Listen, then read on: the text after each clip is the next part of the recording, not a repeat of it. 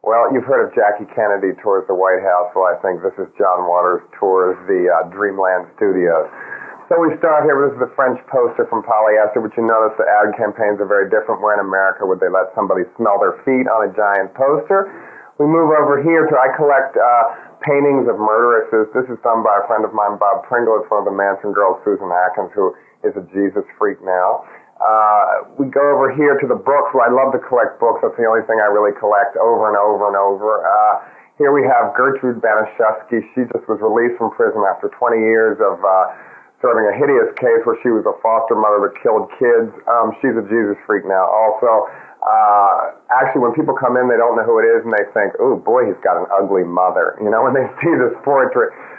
We go over here to let's see. We got Anita Ekberg, my very favorite movie star of all, who now is very, very fat, which is even better. I collect fake meat. I have fake meat all over the house, which makes people very nervous when they're walking around here. Also, candy. Everything's fake in the house. I like the idea of fake food everywhere. So let's go down here a little. Down the hall. These are posters for my films in different languages. This is the movie. This is the black version of The Exorcist where they sued and couldn't show it, where she was by day a very nice woman, but then she was a marriage counselor, and the people would come in and talk to her, and all of a sudden she'd say, "Why don't you go to bed with him?" and flip out. So that was the rip-off of The Exorcist. Here we have an electric chair, which it's not a real one, but it's the exact replica of one that was used in Female Trouble. It makes telephone repairmen very nervous when they come in the house, and all workmen do their jobs very well because I just eye it out of the corner of my eye when I'm explaining to them what needs to be done. This is one of my all-time favorite movies, Mom and Dad. It came out in the 40s. It was a sexploitation film where the only way they could show frontal female nudity was to show the birth of a baby. And I guess they just figured the audience would look at the nudity and ignore the baby. And they had a nurse that was hired that sold fake sex education. And the producer used to put nauseous gas in the vents so people would get sick in the audience, and then he'd call the press so they could get shots of shocked patron being taken from theater. It was really great publicity. I wish I had the nerve to do that too. And here we have all the fake food that I brought back from Japan. And Japan's the best place in the world to go. I went there with my films, and they pay you to talk to the press, and every day you can look up and pretend you're in a Godzilla movie. It's also the only place where you can't show pubic hair, so they have great censorship. This little ball that comes down in crotches and stays there animated, and if they turn it, zooms away, but then it comes right back, which makes it even dirtier and even better. Then we come in here. This is my magazine rack, which I always wanted to have like in a dentist's office where I have every magazine, even Corrections Today, which is a magazine for prison wardens. It's a trade paper. This is a witch's broom I found at the Spahn Ranch, which is unfortunately now condominiums, which show me that everything can be yuppified these days. I didn't tell people on the plane what it was because I thought they'd get pretty nervous. Now we go over here to my favorite thing, yummy cigarettes.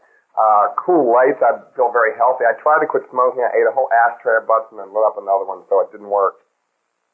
I also love to drink water. I'm addicted to water. I drink it over and over every day. But I think you only can do it in the privacy of your own home. I'm very weird about drinking water in public. So a lot of times I just stay here and drink water all day. This is my favorite room. This is all my favorite new books. And since the press agent says, always mention your book 3 times, dinner, crackpot, crackpot, crackpot. Now she'll be happy. We go over here to Patty McCormick and the Bad Seed, the Little Murderess. It was a great little movie.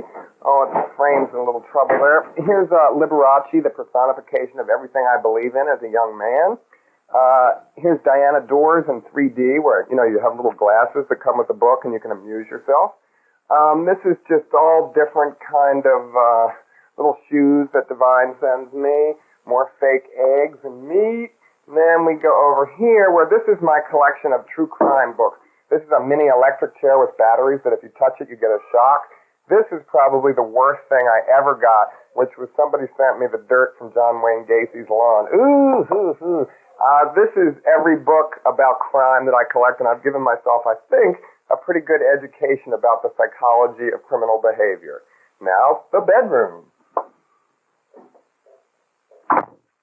Well, you don't get to see the bathroom. Here's The Tingler, a great movie that William Castle made that I write about in my book, where buzzers go off under your seat and you get a fanny buzz when you watch the movie. This is one of my roommates, Susie.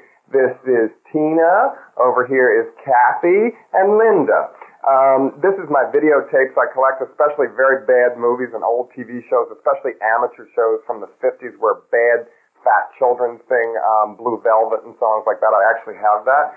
We go over to here. This is a still from one of my early films, which is Magic Feet, and I think that I wish I had feet just like this. I think it would be really great to go through life like that.